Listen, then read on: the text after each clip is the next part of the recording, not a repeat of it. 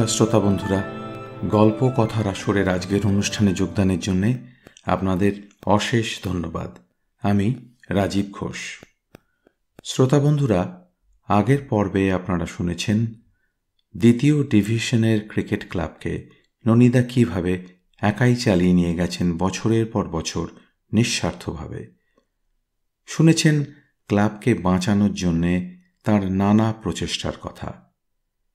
সেই সব গল্পের মজার মধ্যেও লুকিয়ে থেকেছে একটা বিষণ্ণতা, অর্থের অভাব, সামগ্রীর অভাব, তবু তারই মধ্যে লড়াই চালিয়ে যাওয়া, খেলাটাকে ভালোবাসা। আসল কোথায় খেলা, কিভাবে খেলা সেটা নয়।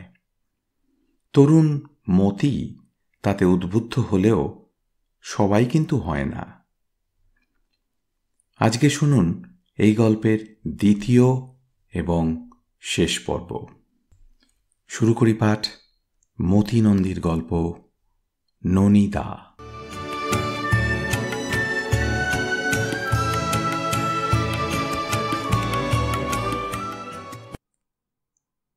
রূপালী সঙ্গের সঙ্গে সিসিএইচের হাড্ডাহাড্ডির শুরু 25 বছর আগে শনিবারের একটা ফ্রেন্ডলি হাফ ডে খেলা থেকে।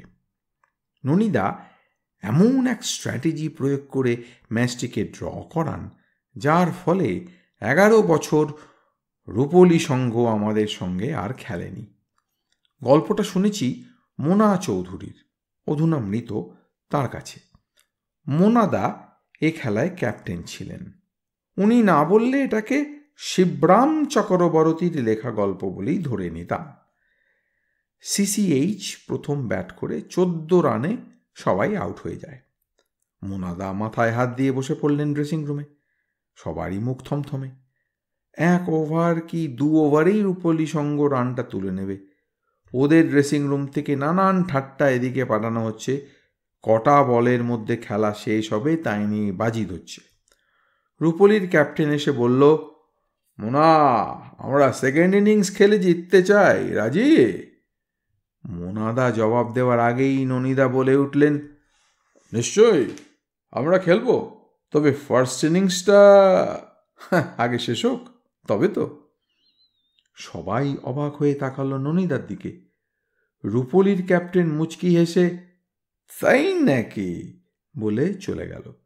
ননিদা বললেন, এ ম্যাচ রূপলী জিততে পারবে না, তবে আমি যা বলবো তাই করতে হবে। মোনাদা খুবই অপমানিত বোধ করেছিলেন রূপলীর ক্যাপ্টেনের কথায়, তাই রাজি হয়ে গেলেন। তখন বিষ্টুকে একধারে ডেকে নিয়ে ননিদা তাকে কী সব বোঝাতে শুরু করলেন, আর বিষ্টু শুধু ঘাড় নেড়ে যেতে থাকল। 30 মাইল রোড রেসে বিষ্টু পরপর 3 বছর চ্যাম্পিয়ন। শুধু ফিল্ডিংয়ের জন্যই ওকে মাঝে মাঝে দলে নেওয়া হয়। ব্যাট চালায় গাঁইতির মতো, তাতে অনেক সময় একটা দুটো ছক্কা উঠে আসে। রূপলী ব্যাট করতে নামল। ননিদা প্রথম ওভার নিজে বল করতে এলেন। প্রথম বলটা লেগ স্টাম্পের এত বাইরে যে ওয়াইড সংকেত দেখালো আম্পায়ার। দ্বিতীয় বলে ননিদার মাথার 10 হাত ওপর দিয়ে 6। তৃতীয় বলে পয়েন্ট দিয়ে 4। পরের দুটি বলে আশ্চর্য রকমের ফিল্ডিংয়ে কোনো রান হলো না। শেষ বলে leg by. Biltu long on থেকে ডিপ ফাইন লেগে যেভাবে দৌড়ে এসে বল ধরে, তাতে নাকি রোম অলিম্পিকের 100 মিটারে সোনার মেডেল পাওয়া যেত। তা না পেলেও বিষ্টু নির্ঘাত পরাজয়, অর্থাৎ বাউন্ডারি বাঁচিয়ে যখন উইকেট কিপারকে বল ছুড়ে দিল, রূপলীর 2 ব্যাটসম্যান তখন 3টি রান শেষ করে হাঁপাচ্ছে। ওভার শেষ, স্কোর এখন সমান সমান, 2 দলেরই 14। বিষণ্ণতায় সিসিএইচের সকলেরই মুখ ম্লান। শুধু ননিদার মুখে কোনো বিকার নেই। সাধারণত অতুল মুখুজ্জেই এরপর বল করে, সে এগিয়ে আসছে, কিন্তু তাকে হাত তুলে নিষেধ করে ননিদা বলটা দিলেন বিষ্টুর হাতে। সবাই অবাক।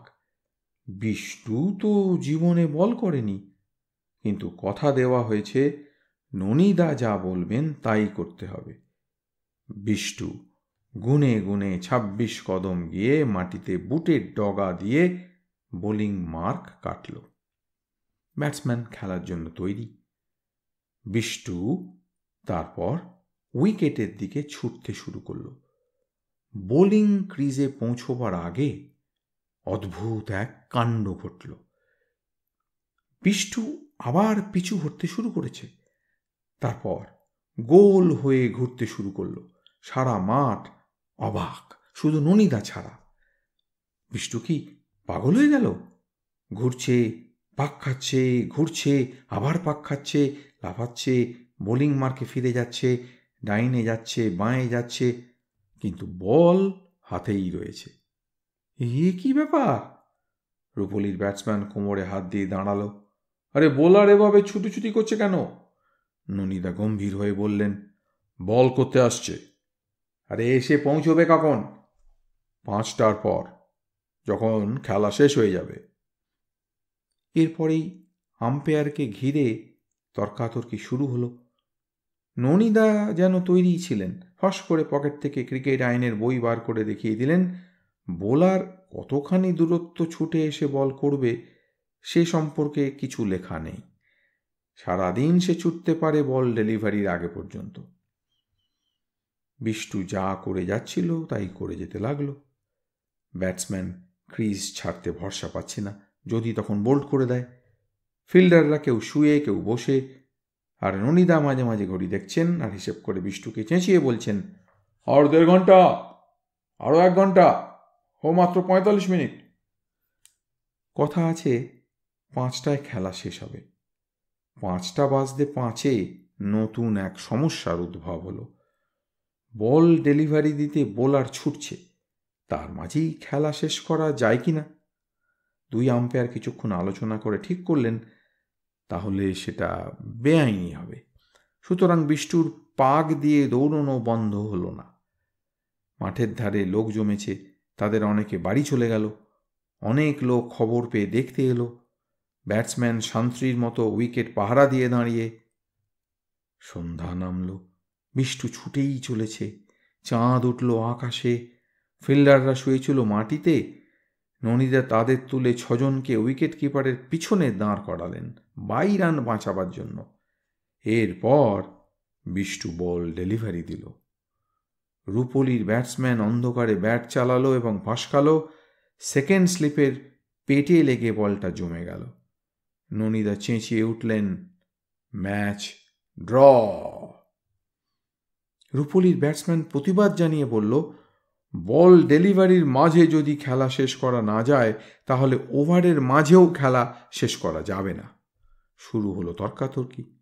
বিষ্টুকে আরও 5টা বল করে ওভার শেষ করতে হলে জেতার জন্য রূপলি 1টা রান করে ফেলবেই, বাই, লেগ বাই, ওয়াইড, যেভাবেই হোক। কিন্তু ননিদাকে দমানো সহজ কথা নয়। ফস করে তিনি আলোর অভাবের অ্যাপিল করে বসলেন, আর চটপট মঞ্জুর হয়ে গেল। আমার ধারণা মোনাদা কিছুটা রং ফলিয়ে আমাকে গল্পটা বলেছেন।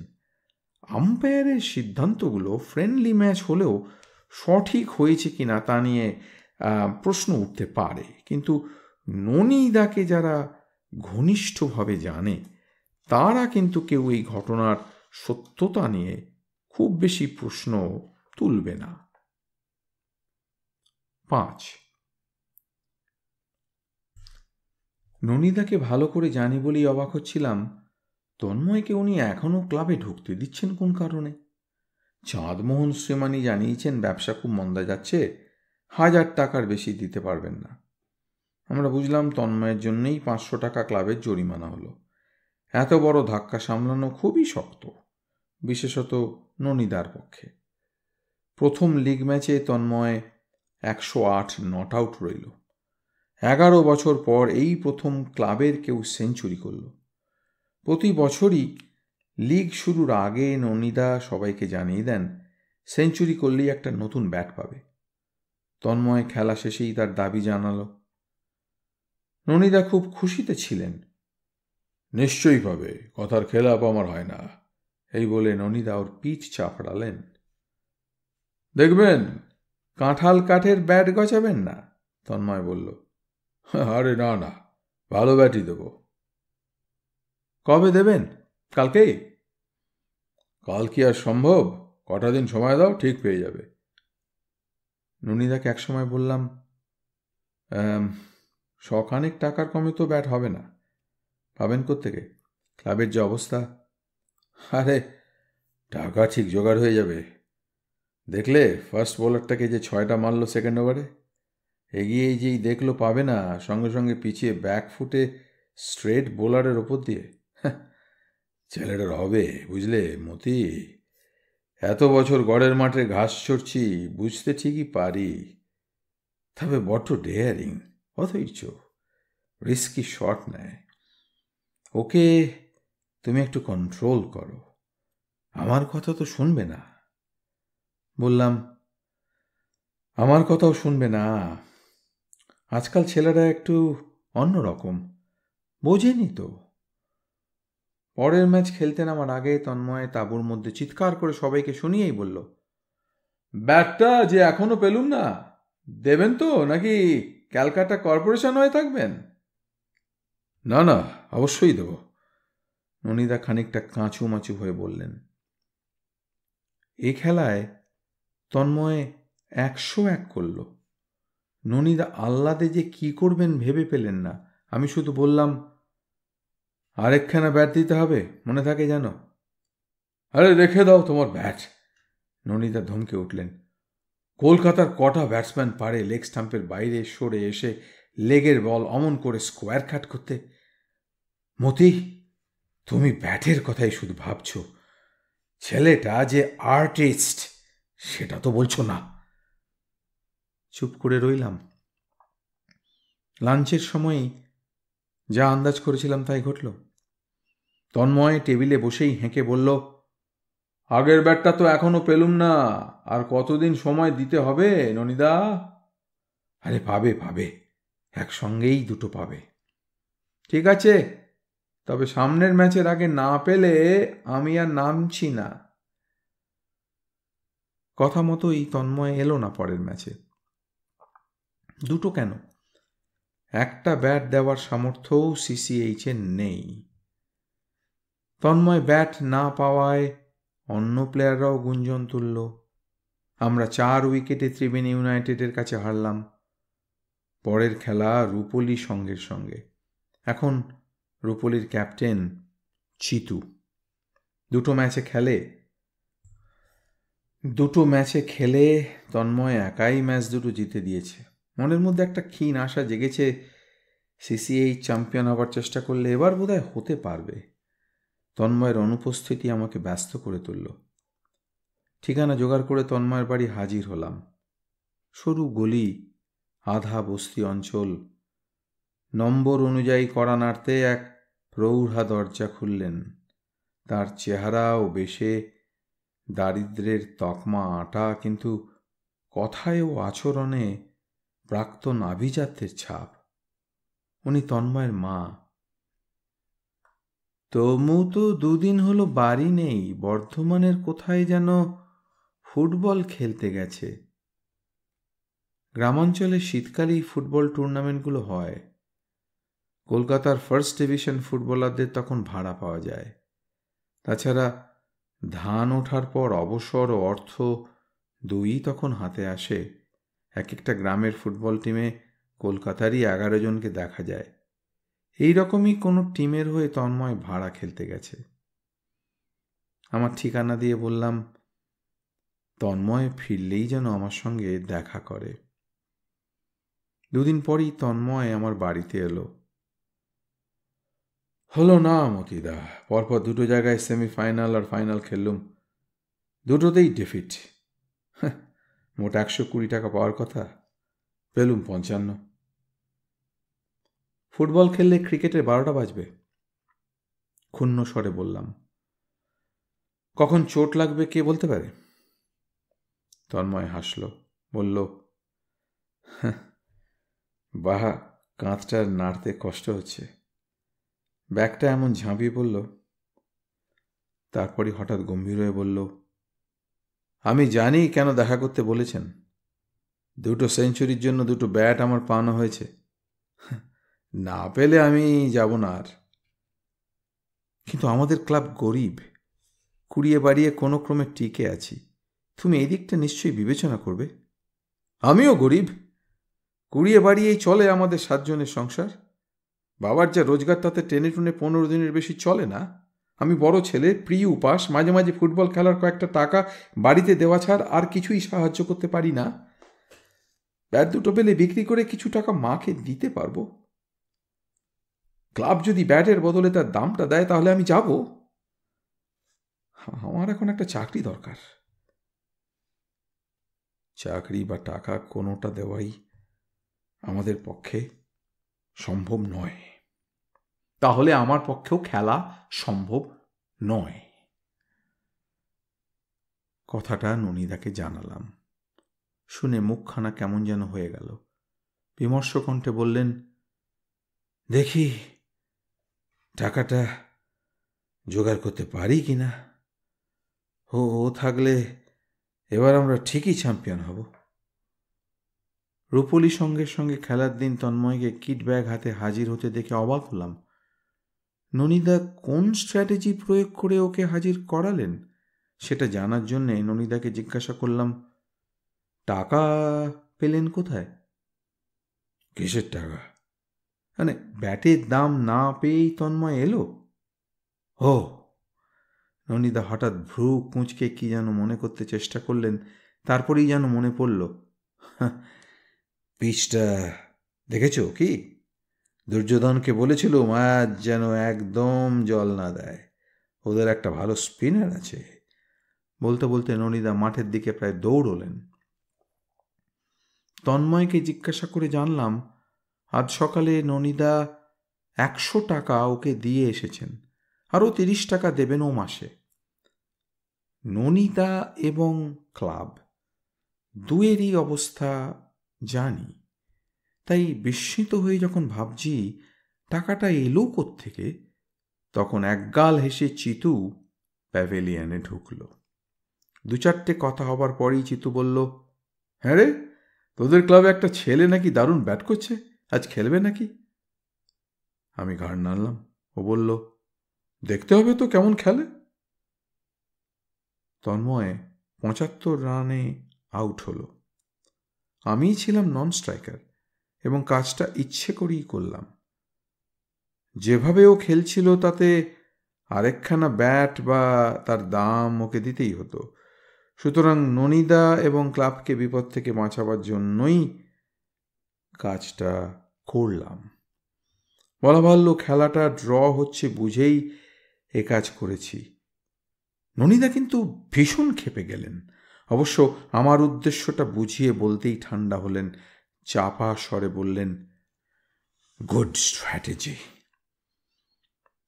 কিন্তু তন্ময়কে কে যেন ফাঁস করে দিল ব্যাপারটা। প্রথমে আমাকে, তারপর ননিদাকে অকথ্য ভাষায় চিৎকার করে তন্ময় কয়েকটা কথা বলল। রূপলির খেলোয়াড়রা তখন চা খাচ্ছে। আমরা অপমানে মুখ কালো করে বসে রইলাম। চিতু আমাকে বলল, কিরে, তোদের ননিদাকে যে গোল করে ছেড়ে দিল, ছেলেটাকে তাহলে সামনের বছরে আমাদের ক্লাবে নিয়ে নেব। আমি তখন অপমানে জ্বলছি, কোনো জবাব দিলাম না। 6 পরপর কয়েকটা ম্যাচ ড্র করে আমরা হঠাৎ লিগ টেবিলের মাঝামাঝি কয়েকটা ক্লাবের সঙ্গে সমান হয়ে গেলাম। উপরের 3টি ক্লাবও সমান পয়েন্ট করে একসঙ্গে প্রথম স্থানে রয়েছে। তার মধ্যে রূপলি সংঘও আছে। তাদের সঙ্গে আমাদের মাত্র 2টি পয়েন্টের তফাৎ। ননিদার ইচ্ছা নয় চ্যাম্পিয়নশিপ লড়াইয়ে। ফার্স্ট ডিভিশনে উঠলে তো ক্লাবের খরচ বেড়ে যাবে। এখনই আমরা পাউরুটি আর আলুর দম দিয়ে লাঞ্চ শুরু করেছি। প্লেয়াররা রীতিমতো অসন্তুষ্ট। আমি কিন্তু চ্যাম্পিয়নশিপ ফাইট করারই পক্ষে। ফার্স্ট ডিভিশনে যে করেই হোক একবার উঠতেই হবে। পরের বছরই নয় নেমে যাব। তবু তো বলতে পারবো আমার অধিনায়কত্বে CCH একবার ফার্স্ট ডিভিশনে উঠেছিল। প্লেয়ারদের কদিন ধরেই তাতাচ্ছি ফার্স্ট ডিভিশনে খেলার ইজ্জতের লোভ দেখিয়ে। কদিন ধরে ননিদা মাঠে আসছেন না। একটা ম্যাচ খেলা হয়ে গেল ননিদার উপস্থিতি ছাড়াই। আমরা জিতলাম শুধু ফিল্ডিংয়ের জোরে।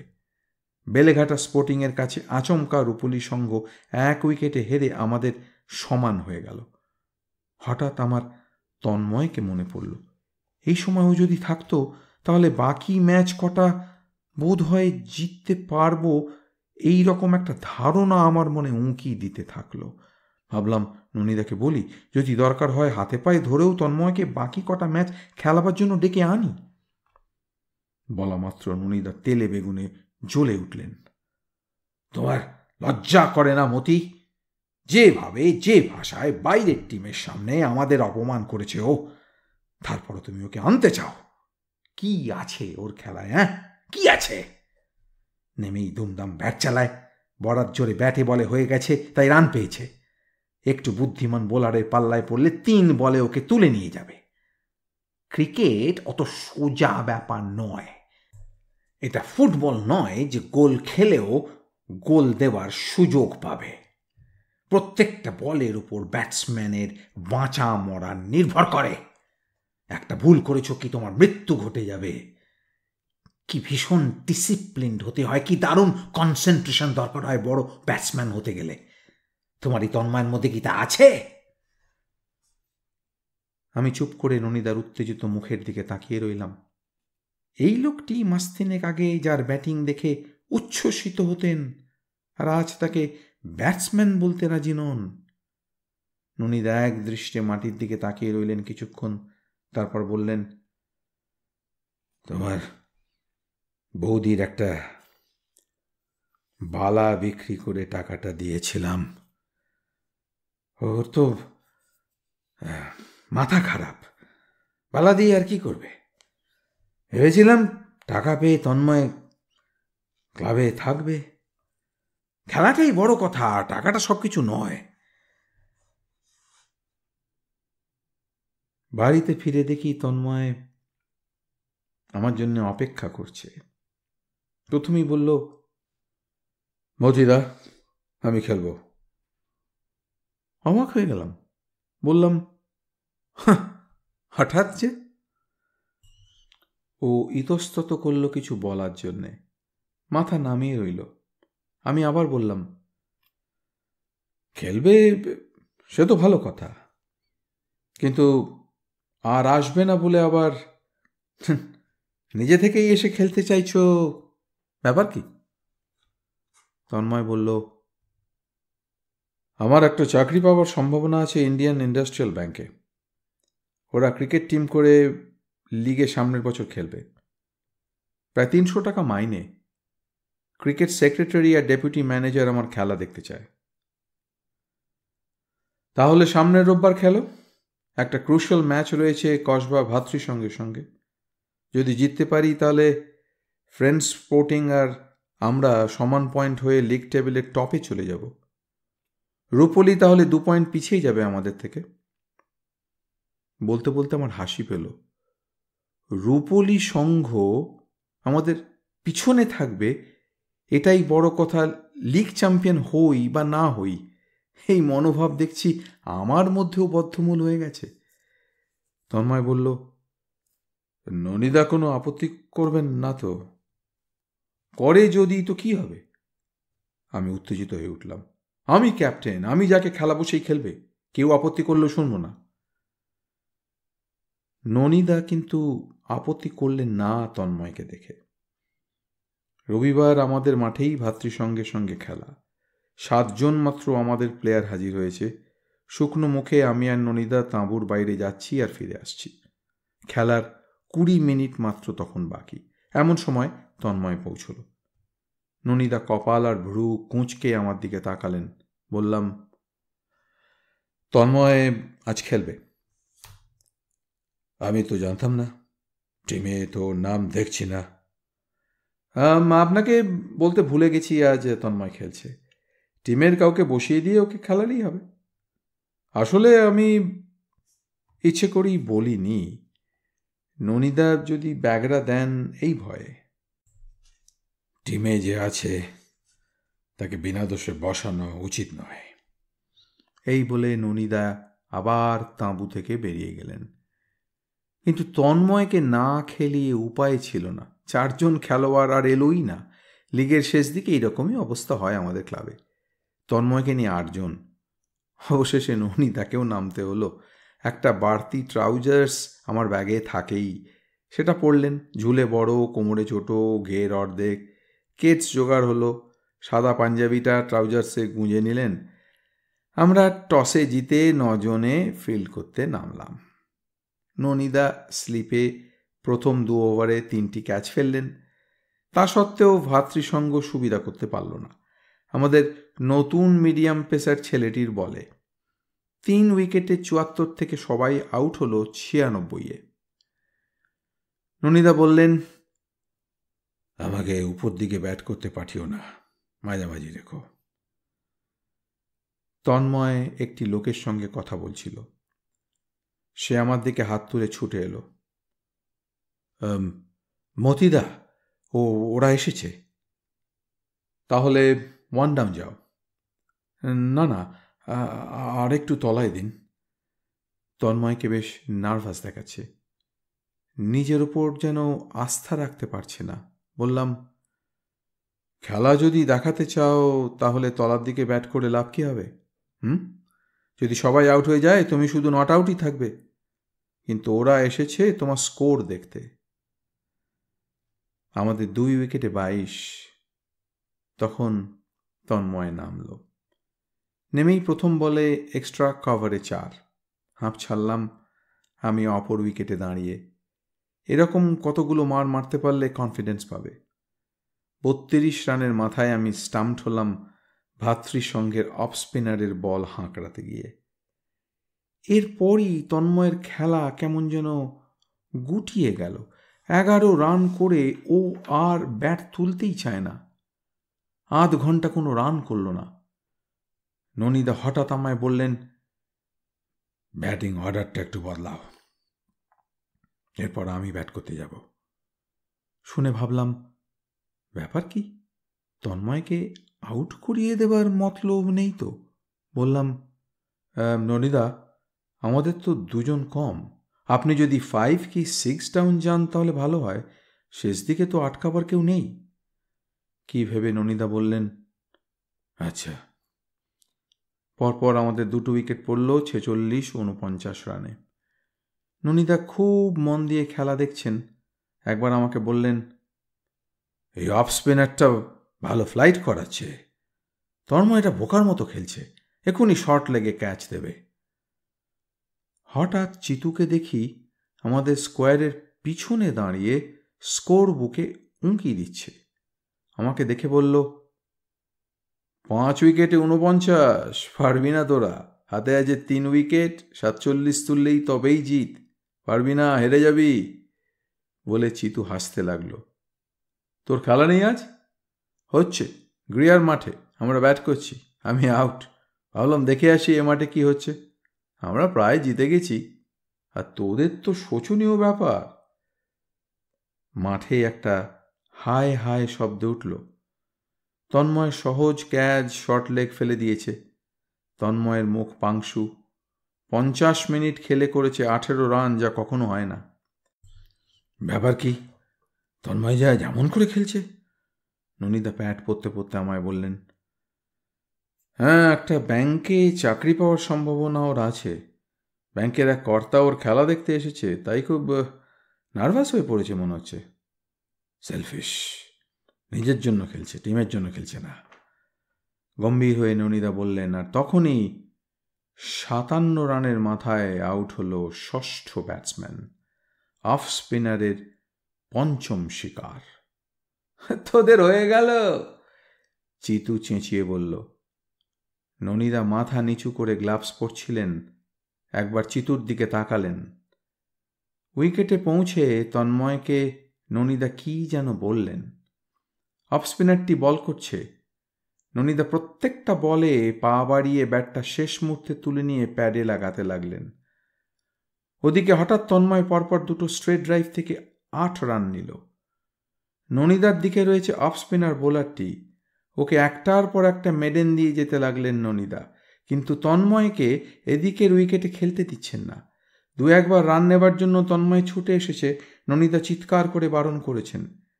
নিজের 48 রানে পৌঁছে তন্ময় গ্লান্স করেই দৌড়ল 2টি রান নিয়ে হাফ সেঞ্চুরি পূর্ণ করবে বলে। দৌড়বার আগে লক্ষ্যই করেনি শর্ট স্কোয়ার লেগ বল থেকে কতটা দূরে। তন্ময় যখন পিচের মাঝামাঝি, ননিদা ওকে ফেরত যাবার জন্য চিৎকার করছেন। তন্ময় ফিরে তাকিয়ে স্থানুর মতো দাঁড়িয়ে রইল, আর কিচ্ছু করার নেই তার। স্কোয়ার লেগের ছোড়া বল উইকেট কিপার ধরছে, তন্ময় চোখ বন্ধ করে ফেলল। হাউস দ্যাট চিৎকারে অন্য মাঠের লোকও ফিরে তাকালো। তন্ময় আস্তে আস্তে চোখ খুলে দেখল ননিদা হাসছেন, তারপর মাথাটা কাত করে রওনা হলেন। তন্ময় চোখ বুজিয়ে থাকায় দেখতে পায়নি ননিদা কখন যেন ছুটে তাকে অতিক্রম করে নিজে রান আউট হলেন। ননিদা প্যাড খুলছেন। বললাম, কি ব্যাপার? বললেন, ক্রিকেটে অসাবধান হলেই যেমন মৃত্যু আছে, তেমনি আত্মহত্যাও আছে। সেঞ্চুরি, ডাবল সেঞ্চুরি করে এখন আর আমার হবেটা কি? তার থেকে যার ভবিষ্যৎ আছে সেই খেলুক। পরের ওভারে তন্ময় 2টি ওভার বাউন্ডারি মারল। আমরা জিতে গেলাম। ওকে কাঁধে তুলে আনার জন্যে আমরা মাঠে ছুটে গেলাম। বহুক্ষণ পর তাঁবু যখন প্রায় ফাঁকা, দুর্যোধন এসে আমায় বলল, বাবু দেখিবারে আসো। ওর সঙ্গে তাঁবুর পিছনে গিয়ে দেখি ফেন্সের ধারে তন্ময় ব্যাট নিয়ে একটা কাল্পনিক বলে ফরওয়ার্ড ডিফেন্সিভ খেলে স্ট্যাচুর মতো দাঁড়িয়ে আছে, আর ননিদা পিছনে দাঁড়িয়ে। দেখো পাটা কোথায়, বলের লাইনের কত বাইরে। কাল থেকে 200 বার রোজ শ্যাডো প্র্যাকটিস করবে, 200 বার।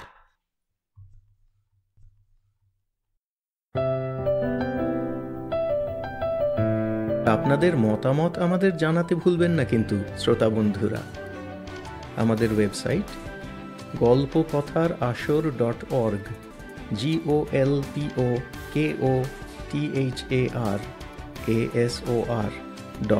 golpokothar.org